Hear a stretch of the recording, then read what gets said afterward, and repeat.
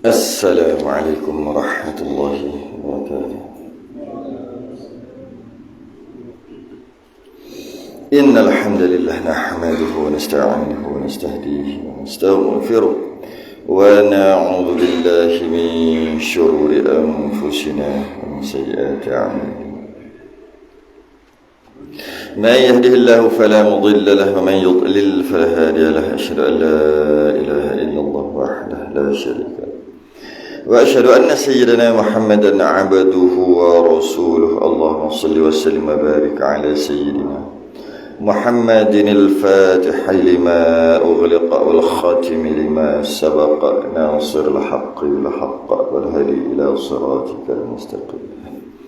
Sallallahu alaihi wa ala alihi wa ashabihi haqqa qadrihi wa miqdarihi al-'azim. Allahumma nawwir bil kitabi basari wa atliq bi lisani shrah bi sadri واستعمل به جسدي بحولك وقوتك فإنه لا حول ولا قوة إلا بك سبحانك لا علم لنا إلا ما علمتنا إنك أنت العليم الحكيم ولا حول ولا قوة إلا بالله العلي العظيم. أما بعد.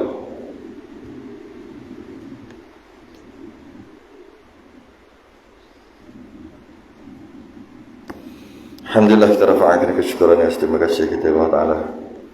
Sambung kitab Majmu' Salasi Rasail, muka surat yang ke-12, Jawi, Rumi 24. Betul? Ya, betul. 24, Rumi, Jawi 12. Qalal Mu'allif rahimahullahu ta'ala wa nafa'ana wa iyyakum bi'ulumihi fid darin amin ya rabbal alamin. Dan kata pengarang, dan jika membasuh akan kain kerana najis, maka dihilang akan rasanya dan warnanya dan baunya. Yang mana kita membahaskan tentang cara penyucian najis, sama ada najis tu berada di badan, najis tu berada di tempat lain, di lantai, najis tu berada di tempat keluarnya ketika buang yang kecil, buang yang besar. Kita bahas sebelum ni kan. Kemudian habis daripada tu, cara nak istibra' daripada setelah kencing. Kemudian diberi sedikit amaran, ancaman, iaitu siksa kubur bagi orang yang buat lebih kurang. Orang yang buat lebih kurang dengan penyucian lah, basuh ni dia buat lebih kurang, tak belajar, takkan tak reti lagi, kok basuh berak, basuh kencing, dia buat lebih kurang, maka ada ancaman, iaitu seksa kubur. Tu kan, seksa kubur. Dan pengarang suruh beringat-ingat, sebab masa zaman Nabi pun dah ada dah kena seksa kubur kerana benda yang kecil, bukan benda yang besar. Buat lebih kurang dengan najis je, bukannya pergi rompak orang, bukan pergi bunuh, bukan berzina, bukan main judi, bukan minum arak, kencing, berak, basuh tu buat lebih kurang, ataupun tak belajar, ataupun itulah. Maka dengan sebab tu kena seksa kubur. Ada dua kubur kan yang Nabi jumpa, kita cerita sebelum ni kan. Kubur sebelah ni memang dia buat jahat sikit lah, iaitu dia mengadu domba. Cakap dengan orang ni, cakap ni lagi bergaduh dua ni. Tu memang kita kata kena seksa kubur, memang patut pun. Orang elok-elok baik, dia bagi bergaduh. Cakap kata kau tahu tak dia ni cakap gini, kau tahu tak dia cakap gini. Lama dong gaduh lah. Tiba-tiba lepas dia mati, Nabi kata dia kena seksa kubur. Apa orang kata, pada muka memang layak. Tapi satu kubur lagi, Nabi kata ada dua kubur, satu kubur lagi, ini buat benda kecil buang yang kecil, buang yang besar, dia buat lebih kurang. Dengan merecik dia, tak peduli basuh, tak peduli cara nak basuh, nak bilah. Tapi kena seksa kubur sama. Sebab tu kita anggap kecil, sebenarnya dia besar. Kalau tidak, takkan kena seksa kubur yang sama. Dan dia kata ancaman lah seksa kubur tu. Dia kata beringat-ingatlah kamu, tengok atas kita kan, beringat-ingatlah kamu, ingat-ingat kamu pada tempat itu, tempat keluar najis tu, ingat, jangan buat lebih kurang. Dengan mengaji, dengan belajar, bukannya pandai sendiri, tak pandai sendiri lah. Dengan belajar, dengan mengaji, dan cermat pada air, dan bersuci supaya sah sembahyang, tawaf bagi orang haji, supaya sembahyang dia sah, tawaf dia sah. Itulah yang besar. Habis itu kita bahas kat situ yang terakhir lah kan. Kita masuk yang ni pula. Lepas dia dah cerita tentang basuh najis kat lantai, najis terbahagi mughallazah, mukhaffafah, mutawassitah, keluar najis dekat kubur dubur, najis juga dia ajar, settle lah. Ada satu lagi jangan lupa. Ni qala musannif rahimahullah taala. Dan jika membasuhkan kain kena najis pula. Kain kena najis. Dia panggil mutanajjis. Kain mutanajjis. Air kena najis. Dia tak panggil air najis, dia panggil air mutanajjis. Mutanajjis tu isim maf'ul dengan maksud kena najis. Yang kena najis. Najis masdar. Najis itu benda itu, barang itu, perkara itu. Najis kena lantai. Najis tu nama najis lah, air kencing tu. Air kencing tu najis. Lantai tu dia panggil lantai mutanajjis. Lantai kena najis. Baju kena tai kucing, tai ayam. Tai itu najis. Baju tu dia panggil baju mutanajjis. Baju kena najis. Kita boleh sucikan yang kena najis. Mutanajjis boleh sucikan. Najis tak boleh sucikan sampai kiamat. Mutanajjis boleh sucikan.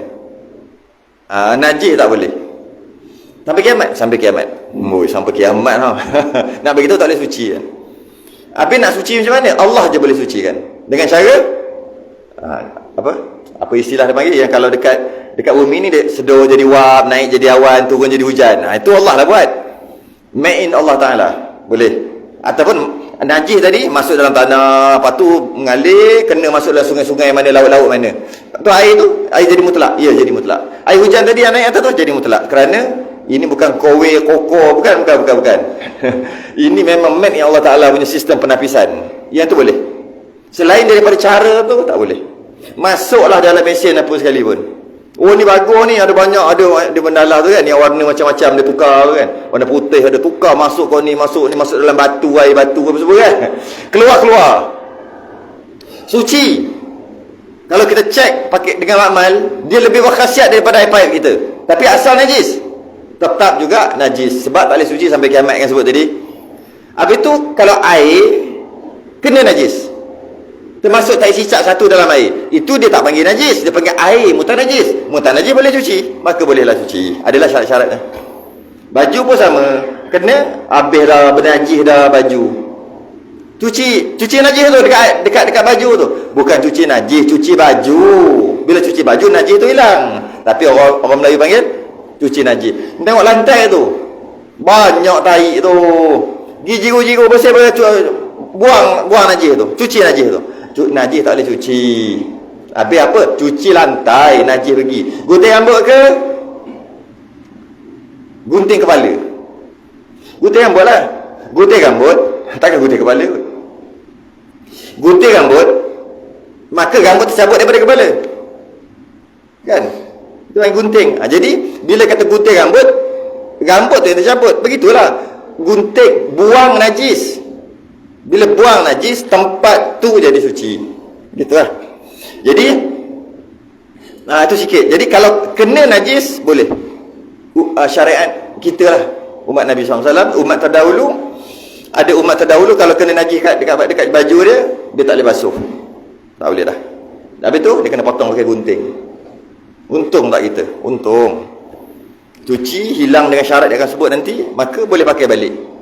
Kalau najis yang boleh basuh pada umat terdahulu, umat Nabi Musa. Kalau kena najis kat badan je boleh basuh. Kena kat baju tak boleh lah. Macam mana kalau nak pakai? Tak boleh tu maksud tak boleh buat semayang. Semayang cara Nabi Musa lah. Tak boleh semayang. Pakai boleh. Tapi buat semayang tak boleh. Dah basuh pun tak boleh. Sekali kena najis, selamanya najis. Habis nak semayang juga, kena kat sini, gunting, buang, gunting. Kita boleh, untung kita boleh basuh lantai, boleh basuh lantai. Jadi, dan jika nak basuh kain kena najis, dia panggil mutanajis. Caranya, maka dihilang akan, mesti menghilangkan rasanya dan warnanya dan baunya. Setelah buang najis tu dekat baju, buang dulu dia punya tu. Najis tu lah. Kalau air kencing, buang dulu air kencing. Kalau ada tahi stokok, buang dulu tahi tu. Okay?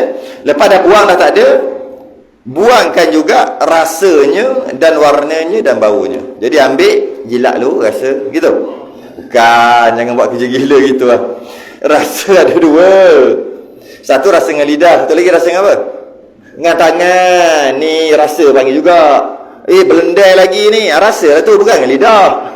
Haram tu. Haram. Memindahkan najis masuk ke dalam mulut hukumnya haram dengan sengaja. Pernah tak kalau luka orang buat apa? Kalau luka, isap tak? Haram. Tak boleh. Kecuali yang bisa ular tu kan, nak isap. Tu terpaksa sebab nak sedut. Itu bukan masalah najis tak najis lah. Nak masalah menyelamatkan nyawa, menyelamatkan anggota dia, maka itu tak kisahlah. Tapi kalau saya saja tengok itu ayam panah lagi ni, tek sikit, haram. Kita cerita hukum, kita bukan cerita geli tak geli. Haram. Ada darah, letak kat lidah, dekat mulut, haram. Isap tujuan apa? Luka kena paku, isap kenapa? Sebab paku tu berkarat. Nak isap karat tu, jika sebab itu, okey, boleh. Tapi kalau saja kena isap, hukumnya haram tu tak boleh. Memindahkan najis ke badan dengan sengaja hukum haram. Sebab tu, apa hukumnya? Pegang babi, pegang anjing. Hukum? Buat main. Lambung-lambung. Macam mana? Apa hukum? Haram. Sebab tu mughalazah, kena kat badan dengan basuh 7 kali. Dia kata tak apa, nanti basuhlah dengan air tanah. Tak. Basuh dengan air tanah tu masalah lain, memang kena basuh. Tapi pegang tu haram. Tapi kalau dia pegang anjing yang tersepit, membekak nak tidur tak boleh. Tu rupanya tersepit, terikat, tersepit. Allah, serabut aku, nak tidur tak boleh. Dia nak pegang tu boleh pegang, tapi pegang dia kena basuh. Dia pegang tak tepi, ambil tanah boleh?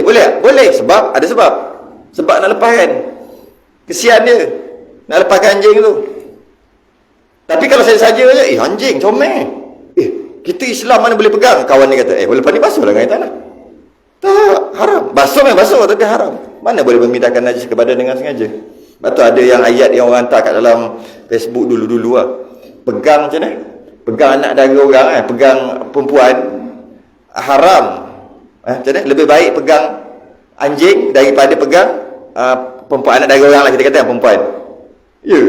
Tak. Salah. Dua-dua haram. Pegang anjing pun haram, pegang anak dara orang pun haram. Dia kata lebih baik pegang anjing daripada pegang anak dara orang. Sebab pegang anjing boleh basuh, pegang anak dara orang berdosa. Pegang anjing boleh basuh, lepas tu dengan air tanah. Tak. Pegang anjing berdosa, tambah lagi kena cuci dengan air tanah. 7 kali tu. Pegang anak dara berdosa saja. Kalau itu baik pegang anak dara, satu je kena buat gitu. Tak, dua-dua dosa. jangan buat kias-kias pelik gitu. Jadi memindahkan najis ke badan tak boleh. Haram. Maka dihilang akan, lepas tu caranya buang dia punya najis dulu, air kencing ke apa-apa yang ada, buang dulu. Lepas buang dah tak ada lah. Tak ada tu, jangan lupa buang rasa juga, lendai dia ke, rasa dengan tangan kita boleh rasa lain. Kalau kita rasa gini, dia ada macam ada lagi tu biji-biji. Nak tengok tak nampak, rasa ada macam biji-biji, macam deg-deg nak sebut tu kan. Maknanya ada lagi. Maknanya tak boleh tu, kena hilangkan rasa. Kemudian warna, tengok warna, kena hilang warna dia. Kemudian bau pun kena hilang. 3. Dan cara buang tu dengan bersungguh-sungguh digosok akan dia dengan sabun. Siapa yang ada semua geng Rumi, tak ada gejawi Kalau gejawi lah tengok sabun. Kenapa saya sebut sabun? Sabun tu asal bahasa Arab, bukan bahasa Melayu. Sabun. Itu sabun tu sabun. Rumi tak dapat lah S. Sabun. Pelat dia bunyi. Sabun. Ini sabun. Okay. Digosok dengan sabun, digosok dengan gosok masuk sungguh-sungguh lah. Sekarang sabun yang chemical ni pakai kelapa sawit kan, buat daripada kelapa sawit tu. Dulu apa benda? Apa dia panggil tu? Yang macam akar tu. Yang biasa orang buat mandi jenazah kat dulu tu. Apa dia panggil? Dia macam akar. Allah, takkan orang kampung tak tahu. Saya orang Manda. Tengok kamu tak tahu kot. Ada dulu, masa mula-mula saya belajar mandi jenazah dulu, tahun 90, ada dia guna. Sekarang pakai sabun dah, dulu pakai benda tu. Apa? Apa? Allah lupa nama. Dia pokok dia menjala, dia dekat atas pokok. Sintok. Sintok ni. Sini tak pakai? Orang lupa, sini bandar, balok pine. Bandar. Mana apa barang itu bukan kampung. Sintok biasa dengar? Biasa dengar kot. Sintok pun tak biasa dengar memang. Bangsawan sungguh lah. Tak pernah dengar. Sintok dulu kalau mandi jenazah tu dia ada kabur baru apa, ada sintok sekali. Dia macam kita kata macam akar gitu. Gendam dia dah ada buih. Orang dulu pakai shampoo, pakai sintok tu kan. Banyak-banyak pokok ambil, kat-kat, lepas tu nak ke shampoo letak. Memang berbuih. Dulu pasal kat itulah untuk mandi jenazah. Dan bukan mandi jenazah je. Semualah untuk mandi apa dia panggil akar sintok. Lepas ni boleh Google. Ada. Oh ada. Oh ada. Seorang pernah dengar. Seorang je orang kampung. Lain semua orang bandar. Okey. Sebab orang kampung saya pakai. Jadi maksud sabun tu termasuk sintok lah. Sintok tu bagi dia ada buih, banyak buih. Lepas tu basuh sehingga hilang rasa, hilang warna, hilang bau dengan bersungguh-sungguh. Maksudnya gonyoh sungguh-sungguh. Bukan buat lebih kurang. Okay? Kemudian maka dijirus air pada akhirnya. Last sekali jiru air last sekali. Bila dah hilang semua, kosok, lepas tu jiru air sekali. Cukup. Itu minimum. 3 kali sunat. Dah bersih, sekali lagi, 3 kali sunat. Tapi wajib sekali aja. Dia kata seperti membasuh ikan juga. Oh, dia bagi contoh ikan. Ya, ikan ni ayam termasuk lah, daging pun masuk sama lah. Kena ajar isteri. Kalau isteri tak belajar, kena belajar. Kalau tidak, kita makan najis hari-hari. Sebab apa kita? Sebab isteri yang masak. Lepas tu kata kita. Kalau dia orang ngaji, tak apa. Tapi jarang ada orang ni nak ngaji. Jarang. Tapi adalah dia orang nak ngaji yang bab-bab lain. Bab-bab ni tak berminat sangat ngaji. Sedangkan penting. Tapi suami lah wajib ajar. Kalau tidak, makan nak najis hari-hari. Sebab apa? Ikan, daging, ayam, dia ada darah. Bila ada darah, maka darah tu najis. Kalau kita ambil darah ikan, kita masak kari ikan, ya. Lepas masak, lepas tu kita ambil darah ikan secawan, kita bubuh dalam kari itu. Bagi lemak. Okey. Boleh tak makan? Tak boleh tak? Maknanya kita beritahu darah tu adalah najis. Sebab tu tak boleh. Okey, kalau kita ambil darah ikan tu juga, masa siang ikan tu kan perah sikit. 2-3 sudu. Simpan kat tepi. Lepas tu basuh ikan, masa masak kari tadi, ambil 1 sudu darah di ikan tu juga. Kita bubuh. Boleh tak makan? Tak boleh. Dapat kita tahu benda tu haram lah kan. Walaupun dia berasal daripada ikan. Macam tu juga ayam. Macam tu juga daging. Sebelum nak beli-beli itu, perah dulu. Perah dapatlah dalam setengah cawan darah. Lepas tu masak sup, campur bahan, dah nak siap, ambil darah. Darah yang sama, dia asal yang sama. Asal dia daging. Geluk-geluk makan. Dia punya nikmat, masya-Allah. Soalannya, boleh tak? Tak boleh. Jadi makna kena hati-hati kat situ. Tu je poin saya bagi contoh tadi, kena hati-hatilah. Sebab kalau makan darah, punya haram. Jadi ketika basuh ikan tu, dia kena basuh ikut cara syarak. Iaitu lepas dah buang semua darah-darah najis-najis dia, tapi perut-perut dia semua dah buang, kena jiru lah. Dan ada orang, sama ada dia nak menega, ada juga orang menega gitu. Biasanya itulah, kalau berniaga ni nak jimat air, dia buang dalam besen tak ada lubang. Beli ikan, beli daging, beli ayam, bubur dalam besen tu, bubur masuk dalam tu. Lepas tu dia siang dalam tu, siang. Lepas tu dah siap, dia ambil celup tempat yang sama, plop tak kat tepi. Tak kisahlah kat kedai ke kat rumah, makan najis.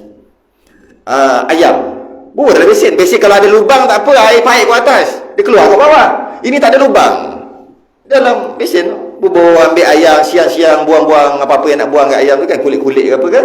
Lepas tu dah elok dah, celup dalam yang sama, tak tepi. Sama juga daging, begitulah. Dah perah-perah kat ramai-ramai apa yang potong cincang lah, potong-potong apa tu, embat merah air tu, ambil perah-perah sikit, toskan di tepi, tak dibilas, tak dibasuh dengan air yang mengalir, maka makan najis. Walaupun bila basuh, silap masuk dalam periuk, keluar balik darah tu, mestilah, itu cerita lain, dimaaf, sebab kepayahan. Yang ni maka makan najis hari-hari. Macam juga telur basuh telur sama juga. Konon-konon nak basuh telur, baguslah, sunat, bagus. Kecuali ada najis jadi wajib. Ada najis kat situ, kita dah cerita sebelum ni, ada najis tepek kat situ dekat telur ayam, tu wajib basuh lah. Itu pun kalau kita pegang najis, kalau kita pegang elok-elok tak kena najis tu, basuh tangan boleh, walaupun tak basuh telur. Tapi biasa kita pegang, kena lah, maka wajib basuh.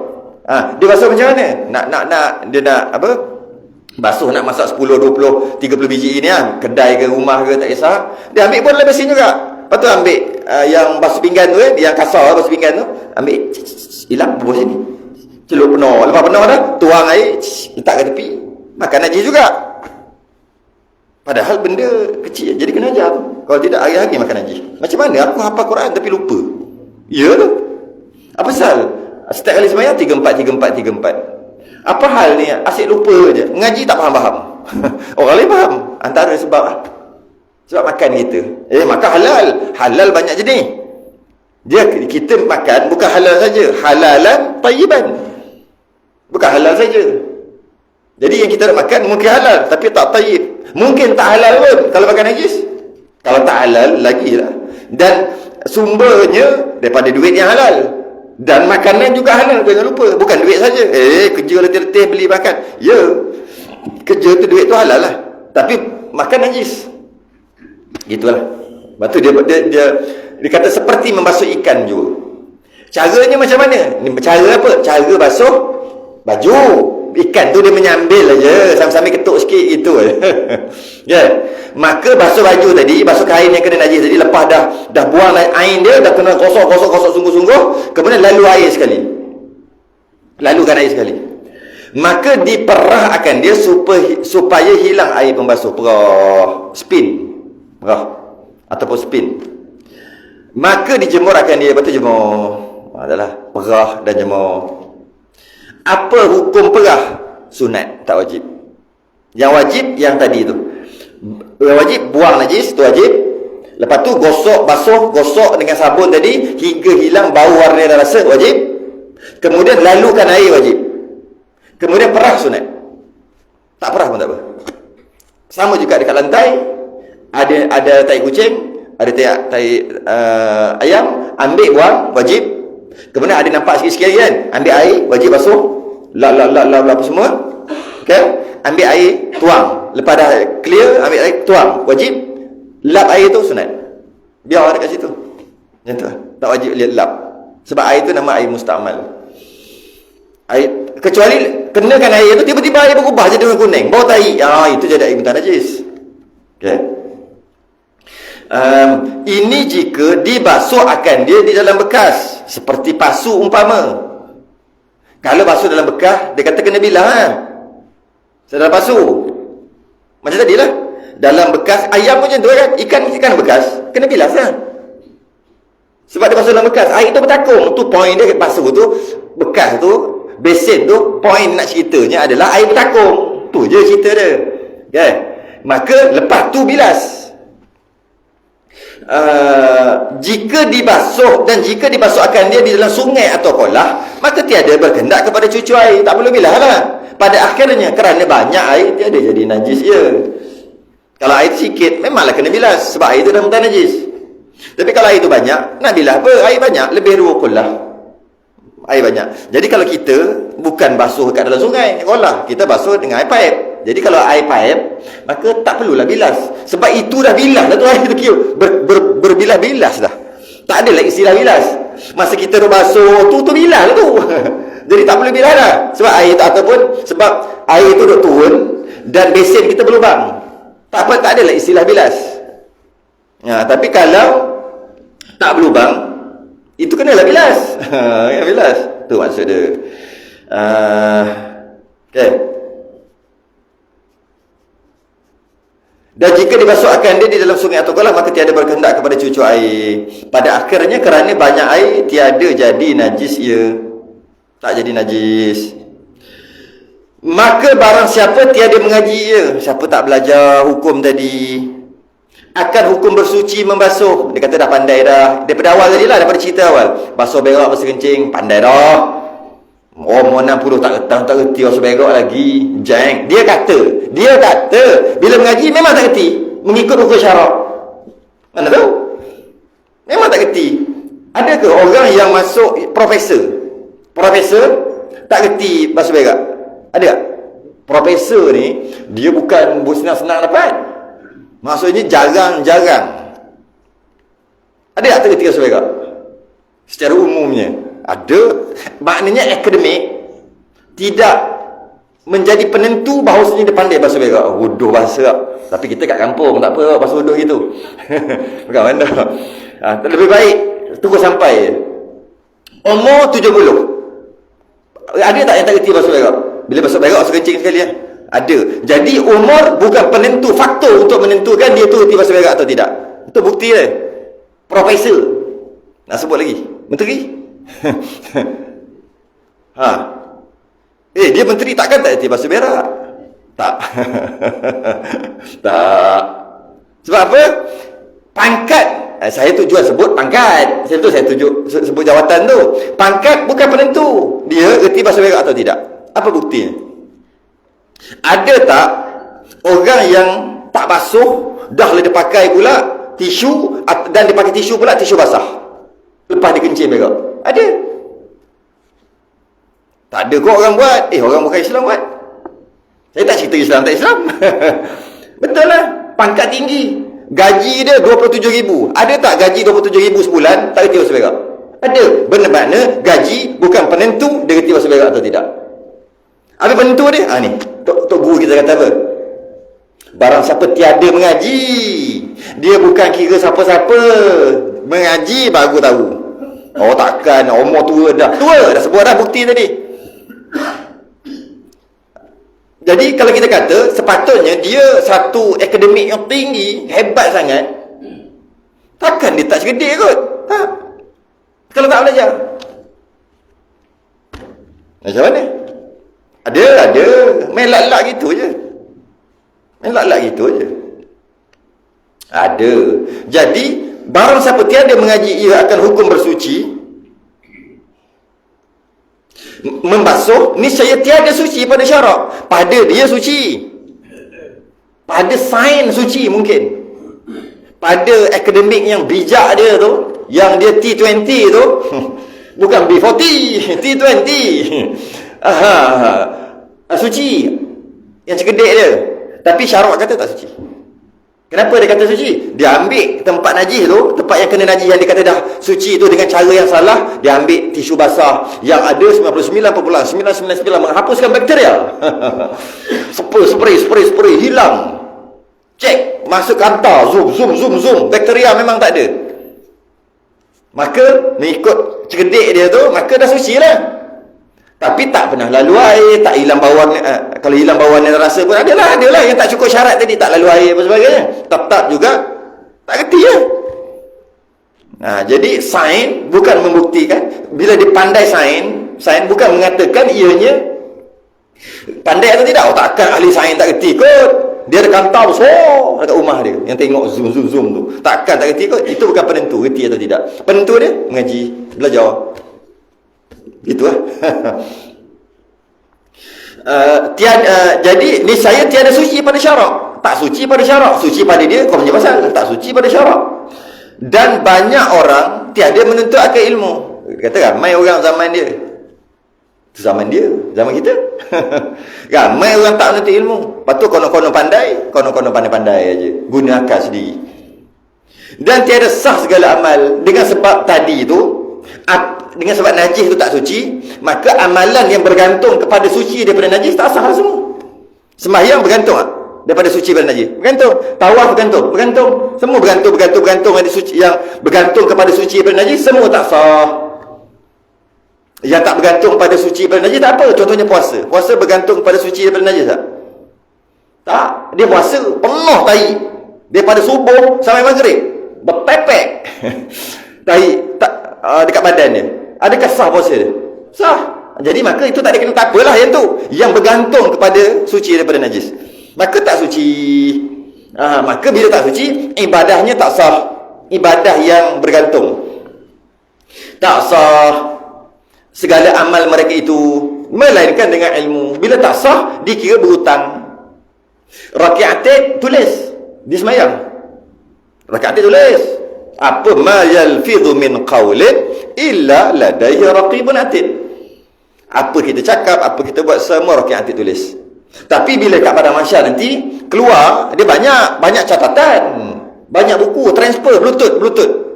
Daripada rakaat dia bluetooth dengan malaikat yang akhirat. Ada bluetooth tu lagi tu. Istilah panggil gitu lah. Jadi bila kita tengok dalam mahkamah, dia tak semayang. Tawaf tak sah berapa kali dia buat. Dia kata, aku mana pernah tinggal semayang. Cek. Mahkamah Allah adil, boleh kalau nak. Saya tak setuju. Saya nak cari peguam. Diri sendiri jadi peguam. Ya, di sini peguam. Tak, dalam surah Yasin sebut kan. Al-yawma nakhtimu ala afwahihim wa tukallimuna aydihim. Waktu tu tangan kaki yang jadi saksi, lidah bohong, buka mulut bohong, buka mulut bohong. Tak boleh lidah, mulut ditutup. Wa tukallimuna aydihim wa tashhadu arjuluhum bima kanu yaksibun. Dah sebut dah, mulut tak boleh cakap, waktu tu semua jadi saksi. Ni bercakap. Dan pasang pula CCTV. Tengok. Betul lah dia semayang. Cek pula, panggil Rakib Atid. Rakib Atid kata, catatan saya ada. Kenapa catatan malaikat satu lagi tak ada? Cek rupa-rupanya tak sah. Malaikat ni mana tahu? Dia cuma catat aja. Apa yang buat dia catat. Sah tak sah, cerita lain. Rupanya setelah ditapis, tak sah. Lepas tu tak ada. Masa tu macam mana nak buat? Nak kembali balik? Pergi tak kembali dah waktu tu. Nangis air mata darah lah. Padahal dia orang semayang. Kalau orang jenis tak semayang, tak peduli semayang bang, kita tak heran. Memang patut pun dia kena gitu. Ini orang semayang bang dah, cuma silap dalam masalah, melainkan dengan ilmu. Masalah ilmu aja. Sebab tu ilmu ni wajib sebenarnya. Ilmu fardu ain wajib. Ni ilmu fardu ain lah. Ilmu fardu ain ni ilmu yang hari-hari buat.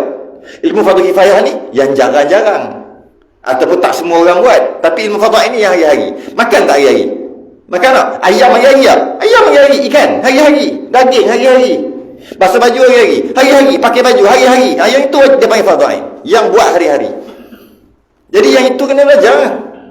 Wajib. Tapi orang rasa wajib tak? Tak. Sebab tu dia kata tak ada orang. Kita tengok orang nak mari semayang, dia ada kerja, dia nak pergi asar malam. Contoh dia nak pergi asar malam. Patut kalau kita tengok masuk maghrib, semayang dulu lah. Okey. Sebab apa dia semayang? Pergi asar malam. Sebab semayang tu dia kata apa? Wajib. Kemudian lepas habis salam, wirid, doa apa semua, kan? Kita tengok ada pengajian cerita tentang najis. Dia pun pergi pasar malam. Kenapa dia pergi? Kenapa dia tak duduk? Sebab dia kata belajar tu tak wajib. Dia salah faham. Kalau semayang pun dia sanggup tinggal pasal malam, sebab nak semayang, sebab semayang tu wajib, kenapa tinggal majlis ilmu? Majlis ilmu yang cerita tentang najis pun wajib juga. Sebab dia tak terasa wajib, sedangkan wajib. Sedangkan ianya wajib, tapi orang tak terasa wajib. Jadi tak payah belajar, balik nanti takkan tak kerti lagi. Dia tak terasa ianya wajib, sedangkan tu wajib. Sama je wajib dengan semayang.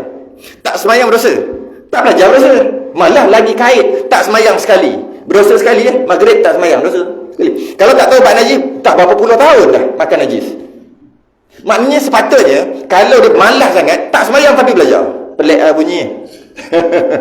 Sebab tak belajar lagi besar, lagi dapat menyelamatkan banyak lagi dosa-dosa. Sembahyang satu je. Sajalah tu peliklah bunyinya. Ini tak sembahyang. Baguslah dia mengangkat satu kewajipan, tapi banyak kewajipan yang lain dia tinggal. Tak sekedar tapi orang tak nampak ianya wajib. Dia tak nampak. Sebab tu dia kata tak ada orang belajar. Tak ramai yang belajar. Sebab tak nampak ianya wajib. Tapi semayang wajib semua nampak. Semua nampak. Yang tak semayang tu pun kata wajib. Cuma aku je malas. Tapi belajar, orang semayang pun kata tak wajib. Orang yang tak semayang lagi lah kata tak wajib. Tu silap faham. Dia ingat wajib semayang. Tu je wajib. Tu je dia tahu. Puasa. Tu je yang dia tahu wajib. Haji, zakat, tu je yang dia tahu. Sedangkan wajib banyak lagi, bukan tu aja. Tu tak masuk bab akidah lagi. Okey, habis. Ketahui olehmu akan bahawasanya rukun mandi bersuci daripada hadas besar itu dua. Tadi dah cerita suci daripada najis. Yang mana najis tu nampak. Dan cara untuk angkat hukum najis supaya tak jadi najis dengan cara basuh, kata dia buang bau warna rasa. Yang ini istilahnya najis juga, tapi dia panggil, tak panggil najis, dia panggil hadas besar. Dia panggil hadas besar ni macam najis, macam hukum najis tapi tak ada najis, tapi dia hukum najis. Macam lah, dia bukan najis. Hadas besar bukan najis, tapi dia macam najis. Jika ada hadas besar dekat badan, boleh sembahyang? Tak boleh. Ada najis dekat badan, boleh sembahyang? Tak boleh juga. Sama-sama najis. Cuma najis boleh nampak. Kalau hadas besar, najis hadas besar, kita guna istilah tu. Najis hadas besar tak boleh nampak. Itu je. Dia dipanggil amrun i'tibari. Hadas besar ni, hadas besar, hadas kecil sama lah. Dia panggil amrun i'tibari. Najis, dia panggil najis lah. Najis, ada, ianya ada. Hadas, dia tak ada. Hadas ada hadas. Tunjukkan hadas kecil. Dia kentut, pum. Kan? Tunjukkan hadas kecil. Dia hadas kecil ke hadas besar? Hadas kecil kan, kentut. Okey, tunjukkan. Tunjuk tak kena dahi, kena hidung, kena mata, kena orang. Dia berjunuk. Tunjukkan hadas besar. Dia berjunuk, maka dia ada hadas besar. Tunjukkan hadas besar. Tak akan jumpa. Tunjuk kena lain lah. Jadi, tapi hadas besar ada. Bukan maksudnya boleh dinafikan tak dia berhadas besar. Tak boleh dinafikan. Tapi ada tak hadas besar? Tak ada. Kalau najis, boleh dinafikan tak ianya najis? Tak boleh sebab dia najis. Dan najis tu ada tak? Ada. Tu beza dia. Dua-dua najis. Dia panggil faham-faham dalam kepala. Dia ada dalam kepala, tapi dia tak dekat keluar. Dia ada dekat zihin, tak ada dekat kharij. Biasa dengar? Istilah. Saya dengar, sini tauhid banyak. Biasa ngaji tauhid lah. Dia ada dekat zihin, dia tak ada dekat kharij.